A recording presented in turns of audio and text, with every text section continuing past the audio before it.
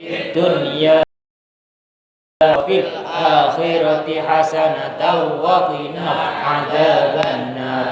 Wa sallallahu ala sayyidina wa ala alihi wa sahbihi wa sallam. Subhana rabbika rabbil izzati amma yasifun wa salamun alal mursalin walhamdulillahi rabbil alamin. Bi barakatil Fatihah. A'udzu billahi minasy syaithanir rajim. Bismillahirrahmanirrahim. Alhamdulillahi rabbil alamin. Ar-Rahmanir-Rahim. Maliki yaumiddin. Iyyaka na'budu wa iyyaka nasta'in. Ihdinas siratal mustaqim. Siratal ladzina an'amta 'alaihim ghairil maghdubi 'alaihim waladdallin. Rabbighfirli wa liwalidayya wa lil mu'minina amin. Anak saleh. Perhatikan yang ngantuk angkat kepalanya, jangan nunduk. Siapa itu? Jangan duduk gitu. Jangan tidur. Jasta. Angkat kepalanya, jangan tidur. Dah perhatikan. Ada juga yang ingin saya sampaikan selain dari yang tadi sudah saya sampaikan tentang akhlak. Al-adabu aktsaru minal ilmi. Akhlak itu lebih tinggi nilainya daripada ilmu. Jangan nunggu saya marah. Perhatikan semuanya, dengarkan semuanya. Ada sebuah riwayat Rasulullah sallallahu alaihi wasallam marra Nabi sallallahu alaihi wasallam bihaitin min hiqanil Madinah wa Makkah fasami'a sawta insanaini yu'adzabani fi quburihima. Artinya saya akan jelaskan artinya secara ringkas karena hadisnya panjang. Pernah suatu saat Rasulullah sallallahu alaihi wasallam itu berjalan di satu perkebunan, terutama yang SMA nih, karena kejadian kemarin SMA. Perhatikan, saya tahu orangnya, tapi kalau kejadian lagi nanti saya hukum. Perhatikan SMA. Pernah suatu saat Rasulullah SAW itu berjalan di kebun kurma. Ternyata di situ ada 2 kuburan. Ketika itu Rasulullah berhenti di kebun itu karena Rasulullah ketika itu mendapat mukjizat dari Allah, mendengar ternyata 2 kuburan itu disiksa. Jadi 2 kuburan itu disiksa, sedang mengalami siksaan dari malaikat. Rasulullah langsung berhenti, lalu beliau ngambil pelepah kurma. Pelepah kurma itu diambil Rasulullah, dibelah 2. Yang satu ditancapkan di kuburan yang satunya itu. Yang satunya lagi ambil, yang satunya lagi ditancapkan di kuburan yang satunya. Jadi ketika itulah sahabat nanya, wahai Rasulullah, kenapa anda tiba-tiba berhenti di 2 kubur ini dan mengambil pelepah kurma itu lalu dibelah 2, kedua belahan itu dimasukin ke kuburan tersebut. Maka apa kata Rasulullah SAW? Fasami'a sawta insanaini yu'adzabani fi kuburihima. Rasulullah ketika itu mendapat mukjizat, mendengarkan bahwa di dalam kubur itu 2 kubur itu sedang disiksa. Lalu ditanya oleh sahabat, ya Rasulullah, kenapa orang ini kok disiksa? Yang pertama kata Rasulullah, innahu la yastatiru min baulihi. Yang pertama ini disiksa karena orang ini enggak perhatikan, enggak menjaga badannya dari najis. Dia gak mentutupin la yastatir min baulihi, gak mentutupin ketika dia kencing, sehingga ketika kencing masih ada di badannya tetesan-tetesan, lalu dia sholat. Ternyata apa yang terjadi? Sholatnya tidak sah. Kenapa? Karena di antara syaratnya sahnya sholat adalah harus suci daripada najis. Jadi orang ini disiksa kata Rasulullah karena orang ini gak menjaga najis. Ay muhmilun min nadhafati jismihi wa badanihi min nadhafati jismihi wa thawbihi wa makanihi. Dia itu enteng, dia itu cuai memelihara kesucian badannya, memelihara kesucian bajunya atau sarungnya, memelihara kesucian tempat sholatnya. Jadi orang ini disiksa gara-gara badannya itu enggak dipilih dari najis. Apa? Ketika dia sholat, ternyata sholatnya tidak sah. Kenapa? Karena diantara sahnya sholat, syaratnya sah sholat ialah harus suci daripada najis. Juga dalam riwayat yang lain, inna ammata adabil qabri minhu. Artinya apa? Banyak atau umumnya daripada siksa kubur itu gara-gara tidak memelihara daripada najis. Paham ya? Jadi kita ini setiap hari ini ketika mau sholat harus betul-betul memelihara pada najis. Kemarin ada kasus sudah saya panggil tapi dia tetap aja jalan. Ketika asar, saya kebetulan kemarin lambat asar.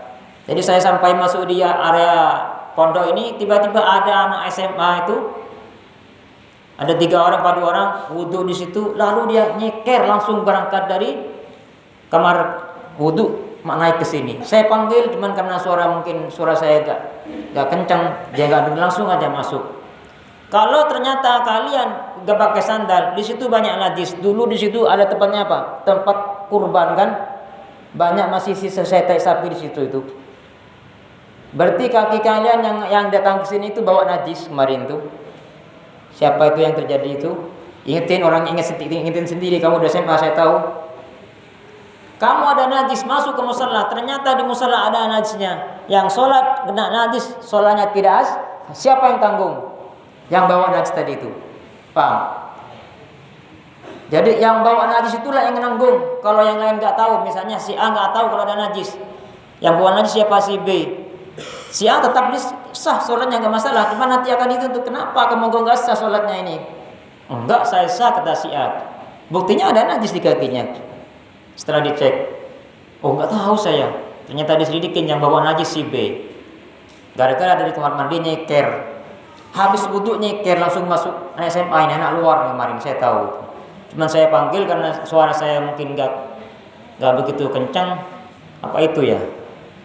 Pokoknya ada tuh kemarin tuh. Jadi jangan sampai diulangi lagi ya. Bawa sandal dari rumahnya itu. Bawa sandal. Jadi ketika pas waktunya sholat, duhur, asar, pakai sandal. Itu nggak dijamin kesuciannya. Dilihat kalau di sini nggak apa-apa, di sini memang sudah dijamin kesuciannya. Andai kata ada sedikit najis itu di sini sudah dimaafkan. Namanya ikhtiros, karena sudah susah untuk menjaganya, meliharanya, masa motif hari ngepel, ini dimaafkan kalau dalam kondisi seperti ini. Tapi kalau di luar itu nggak bisa itu dimaafkan, itu nggak ada hukum maafkan di situ. Jadi kalian harus pakai sandal. Apalagi kakinya basah, walaupun kering tetap nggak boleh. Walaupun kering tetap. Ini tuh lagi nih kadang-kadang ini. Saya sering ngomel loh. Anak itu kalau lagi masuk ke area depan, keluar ke sana ke kantor, ngurusin ngurusin bagnya dan sebagainya, itu pakai sandal. Naik lagi pakai sandal. Jangan nyeker walaupun kering ya, walaupun kering. Dibudayakan itu jangan sampai nyeker. Paham ya? Paham tuh? Nanti kalau ketahuan lagi sama saya, misalnya entah nanti asar saya lambat ketahuan, saya nggak akan sholat duluan, saya akan terus sampai nanti saya panggil. Kemarin karena saya pengen juga berjumpa dengan abang, saya langsung tinggalkan saja. Tapi ada 2 orang yang jelas itu, ya 2 orang itu nggak pakai sandal langsung jalan dari tempat wudu ke area musala. Jadi kalau ternyata kalian kemarin bawa najis, yang lain yang nyolatin itu, yang sholat di situ tidak sah, kalian yang tanggung dosanya. Jangan diulangi lagi. Nah, jadi tadi itu kata Rasulullah itu orang ini disiksa gara-gara apa? Gak memelihara badannya ataupun pakaiannya ataupun tempat sholatnya daripada najis, sehingga sekalipun dia sholat jungkir balik tiap hari, gimana tidak ada gunanya. Kenapa sholatnya tidak sah? Paham tuh? Ini bukan hanya di sini, termasuk di rumah kalian ya. Di rumahnya kan ketika sholat jaga ada najis, jangan sampai ada najis ketika kita sholat. Lalu sahabat nanya, kenapa ya Rasulullah? Yang satunya ini kalau disiksa, tadi kan dua ya. Satunya disiksa gara-gara tidak memelihara najis. Yang satunya apa? Yang satunya innahu yamshi bin namimah. Satu ini, orang ini ketika di dunia kerjanya suka namimah, suka ngompor-ngomporin. Apa ngompor-ngomporin? Provokator. Nah, ini juga termasuk di antara sebab si disiksanya di dalam kubur. Paham ya? Jadi santri semuanya budayakan satu, bersih ya. Tidak ada najis. Yang kedua, jangan sampai jadi provokator. Jangan sampai jadi fitnator, tukang fitnah. Kenapa? Karena dua itu bisa menyebabkan kita disiksa di alam kubur. Kalau keadaan disiksa di alam kubur itu nggak enak. Kenapa nggak enak sendirian? Ya kan? Kan di kubur sendirian. Tapi kalau di neraka kan banyak temannya ya. Ada masuk nerakanya, masuk neraka, disiksa. Tapi kan banyak temannya ya. Tapi jangan bercanda saya. Jadi jangan sampai kita ini jadi disiksa di kubur gara-gara tidak memelihara riba najis juga tidak. Jangan sampai gara-gara kita suka ngompor-ngomporin. Fahim tum? Lalu sahabat nanya, kenapa ya Rasulullah kok anda itu membelah pelepah kurma dibagi dua, ditancapkan di kubur ini satu persatu? Apa kata Rasulullah? La'allallah ayyukhaffafa anhuma ma lam taybisa. Apa kata Rasulullah? Semoga Allah Ta'ala meringankan siksaan daripada jenazah ini, mayat ini, selama pelepah kurma ini masih basah. Nah, ini diantaranya dalil kenapa kalau kita pergi ke makam disunahkan bawa apa? Bunga-bunga yang segar ya. Jadi bunga yang masih segar itu bukan air, bunga ya. Bunga yang masih segar itu dia itu akan memohonkan ampun kepada jenazah itu selama masih segar, masih basah itu masih segar ya. Nah, itu akan memohonkan ampun. Terus kata ulama, ada juga mengatakan ulama itu akan membaca tasbihnya. Karena dalam Al-Quran wa min syai'in illa yusabbihu bihamdi rabbih walakin la tafqahun tasbihahum. Semuanya yang ada di muka bumi ini membaca tasbih kepada Allah kecuali hanya kita nggak ngerti dengan tasbihnya ini semua makhluk ini ya. Jadi kata malaikat kalau kata ulama itu selama dia itu masih belum kering maka dia akan membaca tasbih dan tasbihnya itu bermanfaat kepada jenazah yang di dalam kubur, bisa meringankan beban dosanya. Paham tuh? Apa artinya paham tuh? Apakah kalian mengerti? Nah, jadi ada 3 poin ya pada hari ini. Sekarang nggak ada murojaah, nanti murojaah sebentar aja, ayat yang pendek banget. Yang pertama jaga akhlak, al-adabu aktsaru minal ilmi. Yang kedua, jaga dari najis, jangan sampai kita ini membawa najis ke tempat yang suci ini. Berarti yang di rumah yang bukan santri semuanya bawa sandal. Pakai plastik, masukin di dalam tas ya. Yang ketiga apa?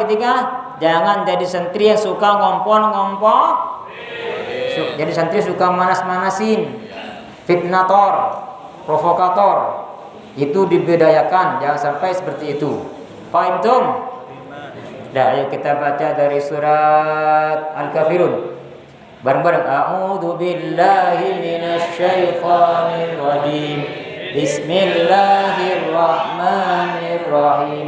Qul ya ayyuhal kafirun la a'budu ma ta'budun wa la antum 'abiduna ma a'budu wa la ana 'abidun ma 'abadtum wa la antum 'abiduna ma a'bud lakum